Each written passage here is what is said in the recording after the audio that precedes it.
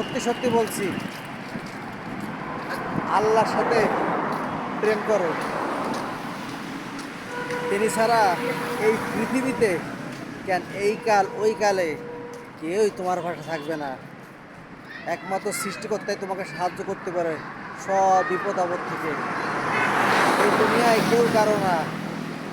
এখানে তুমি একবার বিপদে পড়ে দেখো, কেউই তোমার পাশে থাকবে না, কেউই তোমার সঙ্গী না। এখানে আমরা কেউ চিরকালও থাকবো না। যে আমাকে এই পৃথিবীতে পাঠিয়েছে তারই সাথে সাহায্য যাবো, তারই আবাদত বন্দি করবো।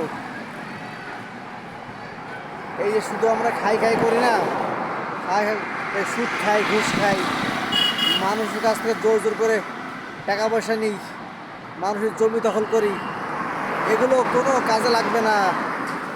সব ধন সম্পত্তি ফেলে রেখে দুনিয়া থেকে চলে যেতে হবে। একটু মাথায় চিন্তা করে দেখো, আল্লাহ রাব্বুল আলামিন আমাদের মাটি থেকে তৈরি করেছেন। আমরা তো পানির উপরে ভাসতে পারি না। দেখো ওই যে নৌকা যায়, নৌকা কিন্তু জলের উপর ভাসতে পারে। ওটা কিন্তু কিসের তৈরি?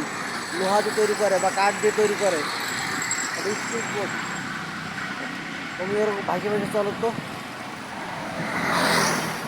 এই দুনিয়া, এখানে শক্তি খাটায় কোনো কিছু করা যায় না।